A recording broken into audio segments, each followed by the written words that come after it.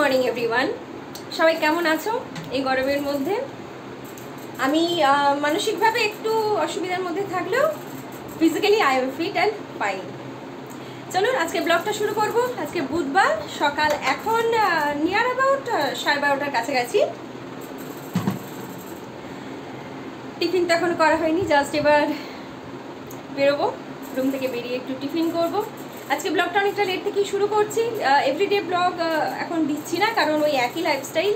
আর এই গরমের মধ্যে মা হয়তো চাইছে আমি একটু বাড়ির বাইরে বেরোই, কারণ আমার টেলারিং যে ক্লাস ওটাও বন্ধ আছে গরমের জন্য। স্কুল তো অনেকদিন আগেই বন্ধ হয়ে গেছে। দ্যাটস ওয়াই এই গরমে একেবারেই আমার বাইরে বেরোতে ইচ্ছে করছে না। পেন্ডিং অনেকগুলো কাজ আছে, কিন্তু এই রোদ গরমের জন্য না একেবারেই আর বাইরে বেরোতে ইচ্ছে করছে না। সেই কারণে এই ব্লগটা এভরিডে আর দিচ্ছি না। তো যারা ভালোবাসেন আমাকে, আমার এই চ্যানেলকে ভালোবাসেন, তাদের জন্য মাঝে মধ্যে তো দেওয়ার অবশ্যই চেষ্টা করছি। তো চলুন আজকে ব্লগটা শুরু করছি। আশা করছি ভালো লাগবে। ভালো লাগলে অবশ্যই চ্যানেলটাকে সাবস্ক্রাইব করবেন, যারা এখনও করেননি তাদের কাছে বিশেষভাবে অনুরোধ। আর পারলে একটা করে কমেন্ট করবেন, আর লাইক আর শেয়ারটা অবশ্যই একটু করার চেষ্টা করবেন। সবাই ঘোল টোল খাচ্ছেন তো? এই যে আমরা মা মেয়ে দুজনের জন্য 2 গ্লাস দইয়ের ঘোল বানিয়েছি, মাকে 1 গ্লাস বানিয়ে দিয়েছি। আর বাবার দইটা একদম পছন্দ করে না, মানে ঘোল বানিয়ে খেতে পছন্দ করে না। বাবা দইয়ের ঘোলটা খেতে পছন্দ করে না, ভাত দিয়ে যেহেতু দইটা খায়, ওই কারণে বাবা সকালে একটু মিষ্টির শরবত খায় উঠে, আর পরে একটু নুন চিনির শরবত বাবাকে দেওয়া হয়, কারণ এই রোদের মধ্যে বাবা করে। আমি তো করেছিলাম আমারটাই দিতে। হ্যাঁ, না আমি এখনো স্নানে যাইনি, 1:30টা বাজে পুরো। একটু নিজের কিছু প্রয়োজনীয় ফোন টোন ছিল। যাকে আজকে মে ডে, প্রত্যেককে মে ডের শুভেচ্ছা জানাচ্ছি, যারা সারাদিন প্রচুর কাজকর্ম করছেন। তবে হ্যাঁ মা, মে ডেতে তুমি রেস্ট নিও না, তাহলে আমাদের মুখে তালাচাবি পড়ে যাবে। তবে জানেন তো, কোয়ালিটাসে যখন চাকরি করতাম আমাদের মে ডেতে কোনো ছুটি ছিল না। পিনাকেলেরটা আমার ঠিক মনে পড়ছে না, তবে আমাদেরও ব্রাঞ্চের প্রচুর অফিসেই বিমের মে ডেতে ছুটি আছে। সেরকমই একজন অফিসের বন্ধুকেই ফোন করেছিলাম, যে কারণে একটু লেট হয়ে গেল। 3:45 এখন। মায়ের লাঞ্চটা সার্ভ করতে একটু লেট হচ্ছে, মেবি গরমের জন্য হয়তো, আমি জানি না ঠিক। আমিও ফাইনালি একটু আগেই জাস্ট মানে বসলাম, যা যা পেন্ডিং কাজ ছিল। ব্লগটা এখনও আমার কমপ্লিট হয়নি, এডিট জাস্ট কমপ্লিট করে আপলোডে বসিয়ে লাঞ্চ করব। আজকে পার্লারে যাওয়ার আমার একটু ইচ্ছে আছে, কারণ ওদের থেকে আমি একটা ফার্টিলাইজার, হেয়ার ফার্টিলাইজার ইউজ করি, ওটা ভীষণ ভালো। তবে সেটার জন্যই বেসিক্যালি যাওয়া। অনেকটা যেতে হবে, জানি না যেতে পারবো কিনা, তাও প্ল্যান রেখেছি। বাবাকে বলবো ড্রপ করে দিয়ে আসতে, আর ফেরার সময় অটোতে ফিরবো। এটা কিন্তু প্ল্যানে আছে, জানি না সাকসেসফুল আমি যেতে পারবো কিনা সেখানে। ফাইনালি লাঞ্চে বসেছি। গোল গোল আলু ভাজা মাই ফেভারিট, শাক ভাজা, চিকেন, চাটনি, কারণ দইয়ের ঘোল তো আগেই খেয়ে নিয়েছি, আর গরমে শসা আর পেঁয়াজ তো মাস্ট। ইদানিং অনেকেই অনেক কমেন্ট করার জন্য না আমি খাওয়ার সময় ব্লগ দিতে পারি না, কারণ অনেকেরই দেখে মানে লিটারেলি তাদের একটু লোভ লাগে। পার্সোনালি অনেকেই হোয়াটসঅ্যাপ স্ট্যাটাসে দিলেও তারা বলে খাবারটা নিয়ে দেওয়ার কি খুব দরকার ছিল। তো কি করব, তাদের জন্য আর দিতে পারি না, নইলে বেশ আমার দিতে ভালোই লাগে খাওয়ার ব্লগ, এক্সপ্রেশন। যে রান্না করে অ্যাটলিস্ট তার সেটাতে খুব আপ্লুত হয় যে রান্নাটা অ্যাকসেপ্ট এত সুন্দর করে করা হয়েছে। তা আজকে মনে হলো একটুখানি দিই। মা বরাবরই যে কোনো রান্নায় ভীষণ ভালো করে, মেবি আমার আবার সেটা বেশি ভালো লাগে, এটাও হতে পারে, কেন আমি ভীষণ ফুড লাভার। যে কোনো বাড়ির রান্না খেতে আমি ভীষণ ভালোবাসি, মানে সেটা বলার কোনো জায়গা নেই। 6:30 এখন। ফাইনালি আজকে আমি ডিসাইড করেছি যে ফুচকাটা খাওয়া আমাদের বাকি আছে, ওটা পেন্ডিং রাখলে চলবে না। সেই কারণে ফুচকাটা কিনে রেখে আমি মন্দিরে যাব, কিন্তু ফুচকাটা কেনার জন্য আমাকে অনেকটা রাস্তা হাঁটতে হবে। তোমার পার্সটা কোথায় রেখেছো? ওই জানলায় ব্যাগের ভিতরে, কোথায় রাখবো নালে? আমার মাকে নিয়ে না খুব মুশকিল। এই রাখবো কোথায়? গলা শুনতে পাচ্ছে? কি করছে জানেন? এই এই 3 সন্ধ্যার সময় শুয়ে শুয়ে ব্লগ দেখছে। পৃথিবীতে যাদের যা ব্লগ আছে সমস্ত ব্লগিং চ্যানেলগুলো চলছে আমার মায়ের জন্য। আমার মা সবার ব্লগ দেখে, কিন্তু অর্ধেক মানুষ আমার ব্লগ দেখে না। মা কত টাকা আনবো? 100? আজকে তো ডিনার আমাদের স্কিপ। যত পারবো নিয়ে চলে আসবো, পুরো ব্যাগটা ধরে নিয়ে যাচ্ছি।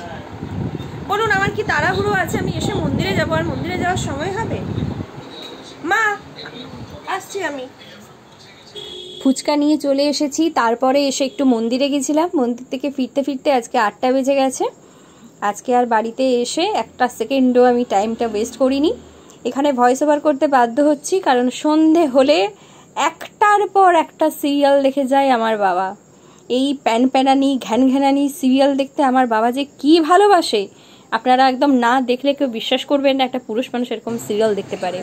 আলু মাখাটা যা চরম মাখে না, সব কিছু আছে, মটর থেকে শুরু করে। আগে পেঁয়াজ দিত না, আজকে পেঁয়াজ হয়ে গেছে। আগে আলু মাখাটা দিয়ে শুরু করি।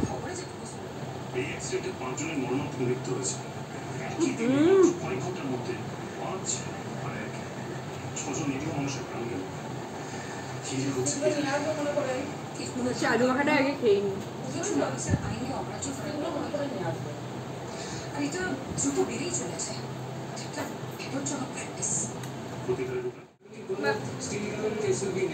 তোমার জন্য এক খাতা।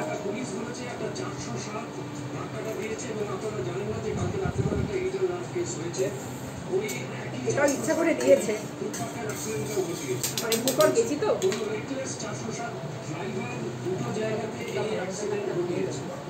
ফোনে কথা বলছিলাম বলে অন্যদিন দিদি দিদি করে খুব গল্প করে, আজকে আর সেই সুযোগটা পাই।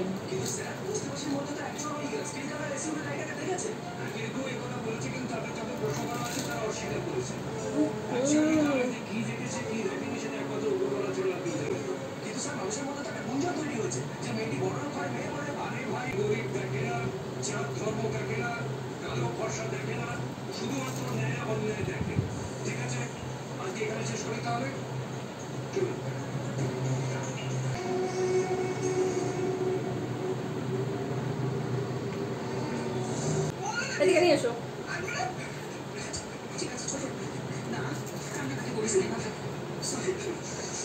বন্ধুকে নিয়ে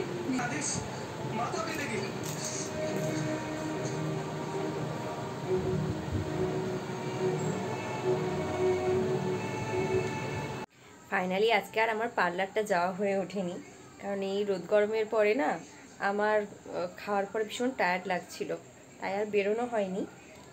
আমি যে রিভাইটালাইজারের কথাটা বলছিলাম না, এইটা স্ক্যাল্প রিভাইটালাইজার, এটা আমি মেখে স্ক্যাল্পে ইউজ করে সত্যিই আমি ভীষণ উপকার পেয়েছি। কিছু কিছু বেবি হেয়ার আমার এই জায়গাগুলোতে বেরিয়েছে, যে জায়গাটা আমার একদম ফাঁকা হয়ে গিয়েছিল। এটা 200 ml, যে দেখুন প্রাইস করেছে 300, প্রপারলি হয়তো বোঝা যাচ্ছে না, 300। তো এটা ওই দিদিটার ওখান থেকেই আমি পাই, আর এটা প্রায় শেষ হতে যাচ্ছে। এই ফার্স্ট টাইম কোনো একটা প্রোডাক্ট যেটা ইউজ করার পরে আমি আবার সেকেন্ড আরেকটা নেওয়ার জন্য যাব। তাহলে আজ অবধি যা যা ইউজ করেছি ওই একবার করে ইউজ করেছি, থ্রো ইট এরকম করেছি, কিন্তু এটা মেখে আমি রিয়েলি ফল পেয়েছি। রাত্রি 11টা এখন, অত ফুচকা খাওয়ার পরে এখনও অবধি আর খিদেটা নেই, তাও রাতে অল্প একটু ডিনার করতেই হবে, নইলে সকালের দিকে তো ওয়ার্কআউট করার পরে আমি টিফিন করি সেই 12টা বেজে যায়, অনেকটাই দেরি হয়ে যায়। সেই কারণে একটু রাত হলেও কিছু একটু খেয়ে তো অবশ্যই নেব। আর প্রচণ্ড গরমের জন্য সারাদিনে এতটা জল খাচ্ছি যে খাওয়ার সেরকম রুচি নেই, আর ভীষণ ল্যাথার্জি আসছে। একটা কথা মা কদিন ধরেই বলছে, আগে আমি তো যেহেতু 4 তলায় থাকতাম রেন্টে, যে এবছর তো এত গরম পড়েছে, এবছর তাহলে কি করতিস? তো মাকে আমি একটাই উত্তর মাথাতে এসেছে যে সব কিছুই প্রি প্ল্যান, মানে ঈশ্বর সবটাই জানতেন যে এবছর ওখানে আমায় এই গরমের মধ্যে থাকতে হবে না, সরি, এবং সেখানে থাকতে না হওয়ার জন্য আমাকে যে সত্যের মুখোমুখিটা হতে হবে সেটা আরও বড় কঠিন। তো সবটাই প্রি প্ল্যান, তাই এত বড় সত্যের মুখোমুখি কঠিন পরিস্থিতি কাটিয়েছি। তাই হয়তো এবছর এই গরমটা চারতলাতে আমায় কাটাতে হয়নি, কারণ সত্যিই খুব পেনফুল হয়ে যেত চারতলায় যদি এবছর আমাদেরকে আবার থাকতে হতো। কারণ এই বিভৎস গরম, একদিনও হাওয়া বা বৃষ্টি তো বাদই দিলাম, লাস্ট ইয়ার অবধি হাওয়া টাওয়া সন্ধ্যের দিকে দিত, এবছর তো সেইটুকুরও দেখা নেই। তো যাক, যেটা হয় ভালোর জন্যই হয়, যেটা হবে সেটাও ভালোর জন্যই হবে। সেই মুহূর্তে হয়তো আমাদের কাছে সিচুয়েশন থাকে না অ্যাকসেপ্ট করার মতো, সেই মুহূর্তে আমাদের অ্যাকসেপ্টেন্স তৈরি হয় না ঠিকই, বাট পরের দিকে আস্তে আস্তে সময় আমাদের সবটাই অ্যাকসেপ্ট করতে শিখিয়ে দেয়। এটুকু এই জার্নিতে আমি বুঝতে পেরেছি। আশা করছি এই ম্যাচিউরিটি লেভেলটাকে কাজে লাগিয়ে আরও অনেকটা পথ আমি এগিয়ে যেতে পারবো। আপনারা প্রত্যেকেই ব্লেস করবেন, সঙ্গে থাকবেন। অনেকেই আমাকে গুড উইশেস পাঠান, তারা এরকমভাবেই আমার সঙ্গে আমার পাশে থাকবেন। চলুন আজকে ব্লগটা আমি এখানে শেষ করে দিচ্ছি, নেক্সট ব্লগে আপনাদের সঙ্গে আবার দেখা হবে। সবাই খুবই সাবধানে থাকবেন আর অবশ্যই ভালো থাকবেন, খুব সাবধানে খাওয়া দাওয়া করবেন আর জলটা একটু বেশি করে প্রত্যেকে খাবেন। আজকের জন্য সকলকে গুড নাইট।